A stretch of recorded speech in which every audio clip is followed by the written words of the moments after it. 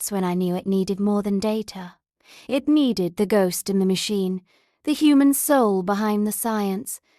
Opening the channel was the hardest command I ever entered. I was exposing our collective heart to the void. The first waves of memory data were timid. A trickle, then a river, then a flood that threatened to overload the system. I saw memory fragments flash by, a child's first kite, a grandmother's painted door, the deep ocean seen from a beach. The satellites weren't just transmitting anymore. They were singing, a choir of human experience, aimed at the heavens. The crack in the white wasn't sound, but a feeling, a release of pressure held for a generation.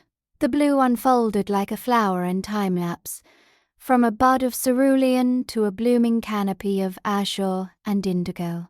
For the first time in my life, I saw a shadow with a blue tint. I wept for the beauty of a simple, coloured shadow.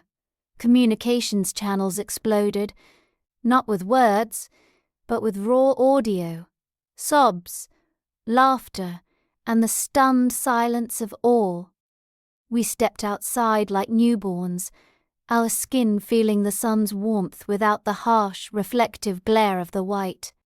Children born under the white saw their first rainbow, the confusion on their faces, then the dawning, ecstatic joy. I went back to the lab. The screens now showed healthy atmospheric patterns. My father's equations finally balanced. We didn't build monuments. We planted gardens. Colour returned to the world from the ground up and the sky down. The blue is not a guarantee. It is a conversation. One we must tend with memory, gratitude and gentle attention.